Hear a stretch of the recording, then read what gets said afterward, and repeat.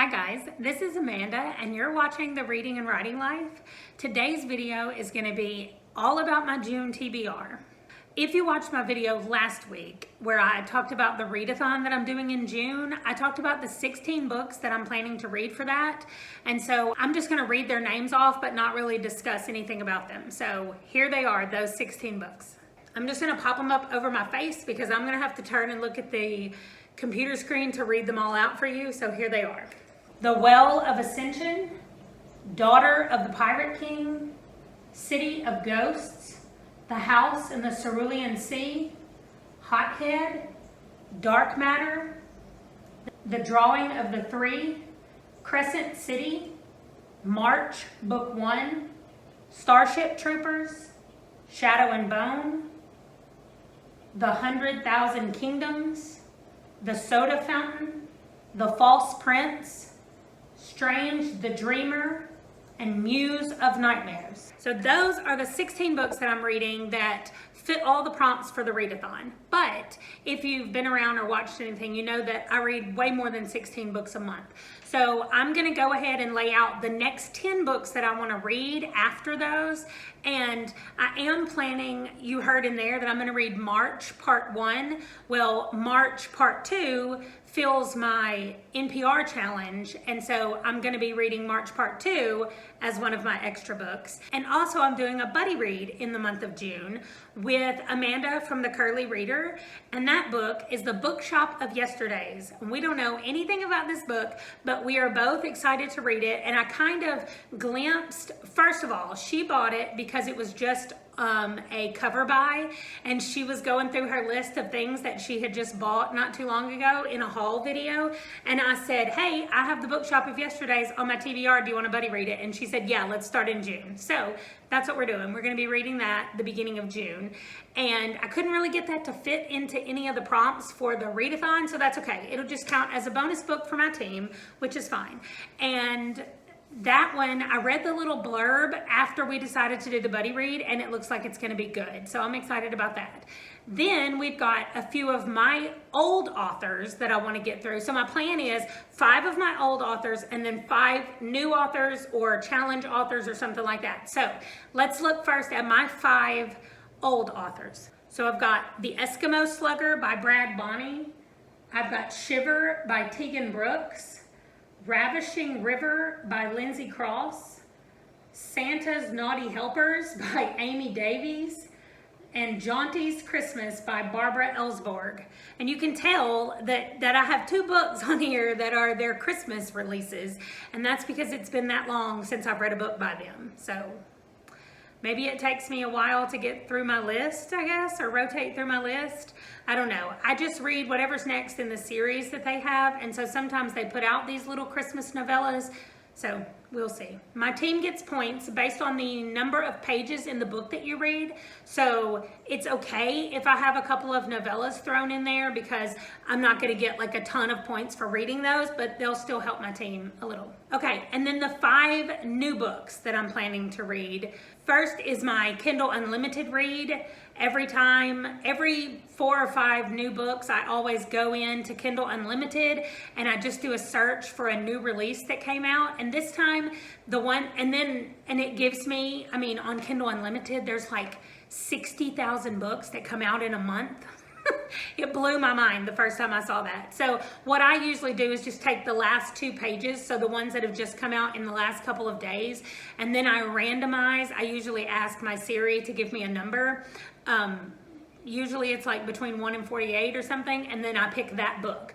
And so the number that she picked this time was in a series, and it wasn't the first book in the series, and I don't read it unless it's the first book in the series. So I went and got the first book in the series, and it also is on Kindle Unlimited. And so it's called Magical Midlife Madness.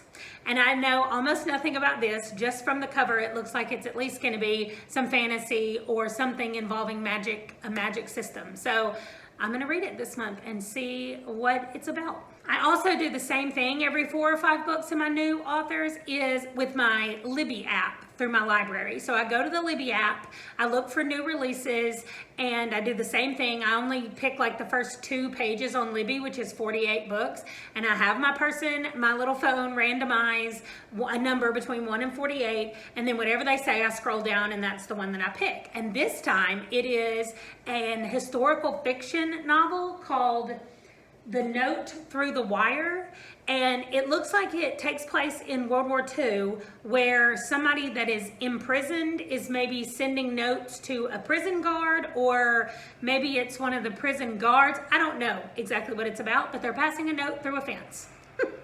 And it popped up in my library read, so I'm gonna check it out. It's some of the ways that I found some really good authors that way, and it's free. The next one is going to be a new author to me, which means somebody suggested this, or I saw it in a list of books to read, or something like that. I heard about it on a podcast. Usually I make a note about where I get it from. I did not make a note in this case, but this book is called Protecting Caroline from Susan Stoker. And this is a new author to me. I've never read any of her stuff, and all I know is that this is a romance, and it's usually some kind of like bodyguard, military, ex-military kind of situation, and I really like those because usually they have a lot of action, sometimes some suspense and mystery mixed in with the romance, which is the best kind. And so I'm looking forward to this one from her. Hopefully I will like it. My next new one is from the Audible Plus catalog, and I do it exactly the same way that I do the library and the Kindle Unlimited, is I just go on there, I look at some of the latest releases that have just come on Audible, and I look at the ones that are available in the Plus catalog, and then I randomize again. And this time I got Face by Justine Bateman. And I thought, wait, is that like Justine Bateman, the actress? And so I had to go look at it, and it is her. And she narrates it as well. So we'll see what that's all about. It looks like she's having a facelift or Botox or something done on the cover. I can't really tell what's happening, but I'm gonna read that one. And then the last one of the new books that I'm reading is my next NPR challenge, and this is for the states we're in for 2016. And so I did the same thing. There were 21 books, and I had my thing give me a number. I had my Siri give me a number, and she picked number 12, and so I went and counted up number 12, and it's this book called Imbeciles. I mean, that's the way I grew up saying it. That's an imbecile or an imbecile. I don't know. That seems weird. I don't think I ever called anybody that.